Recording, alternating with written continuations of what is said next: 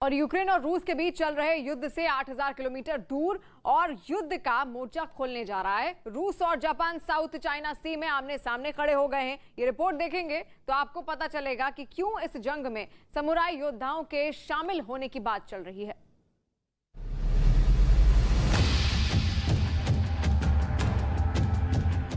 पिछले 2.5 महीने से ये चेहरे पूरी दुनिया पर हावी।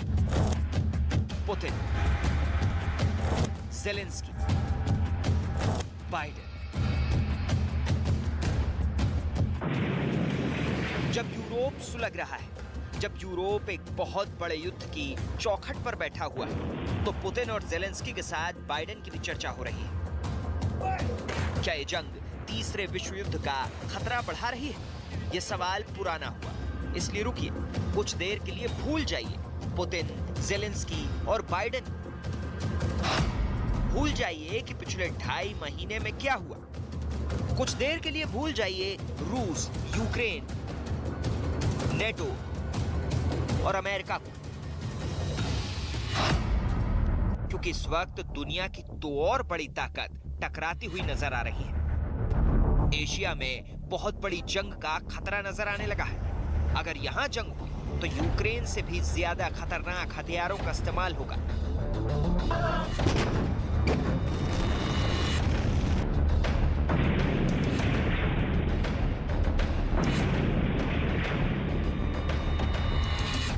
अगर यहां युद्ध शुरू हो गया तो यूक्रेन की तबाही मामूली लगेगी।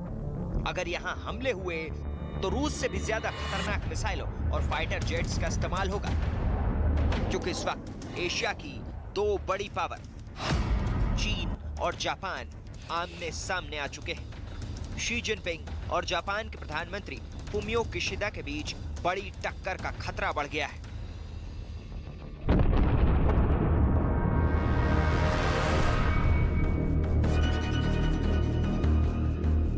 ये सब कुछ हो रहा है भारत से 4500 किलोमीटर दूर प्रशांत महासागर में। यहाँ समंदर में चीन और जापान के बीच ऐसा उबाल आया है जिसकी वजह से वर्ल्ड मीडिया का फोकस यूक्रेन के साथ साथ जापान और चीन पर चला गया है। ये हेडलाइंस बताती हैं कि जापान और चीन के बीच टेंशन बहुत ज्यादा है, खतरा युद्ध का है। अमेरिका से लेकर एशिया और यूरोप के अखबार इस वक्त जापान और चीन के बीच तनाव पर जमकर रिपोर्ट छाप रहे हैं।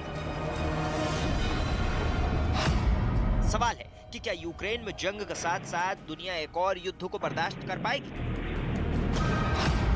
हमारे सामने दो बहुत बड़े देश, दोनों ही ताकतवर हैं। यहाँ रूस और यूक्रेन वाला मुकाबला नहीं, बल्कि चीन और जापान की शक्ल में टक्कर दो बड़ी अर्थव्यवस्था वाले देशों और दो बड़ी मिलिट्री पावर के बीच युद्ध का खतरा बढ़ने लगा है। चीन और जापान की टक्कर को कैसे देखा जा रहा है, वो भी समझिए।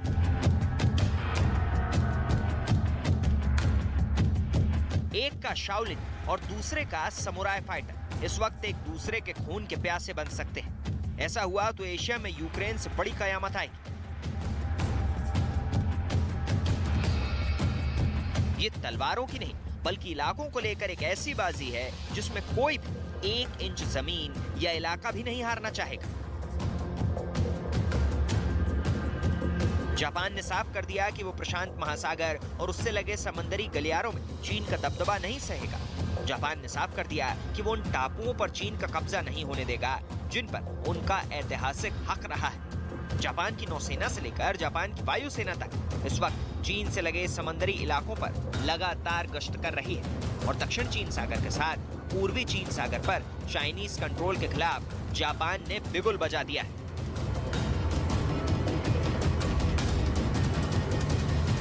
自由で開かれたインド太平洋の実現に向けた協力を重層的に進めていくことを確認いたしました。दक्षिण चीन सागर के साथ अब जापान के करीब पूर्वी चीन सागर में बड़ी जंग का खतरा मंडराने लगा है। यहाँ भी विवाद की जड़ सिर्फ चीन है। चीन का जंगी बेड़ा इस वक्त ताइवान के बहुत करीब युद्धाभ्यास कर रहा है, तो वहीं उसकी नौसेना इस वक्त जापान के करीब सेनकाकू द्वीप को लेकर भी गलत इरादे जाहिर कर रही है। यही वजह है कि जापान अब पूर्वी चीन सागर में युद्ध के लिए खुद को तैयार कर रहा है। जापान अपनी तैयारियों को इसलिए भी पुख्ता कर रहा है क्योंकि यूक्रेन पर रूस के हमले के बाद अब ताइवान पर चीन के कब्जे की आशंका जताई जा रही है।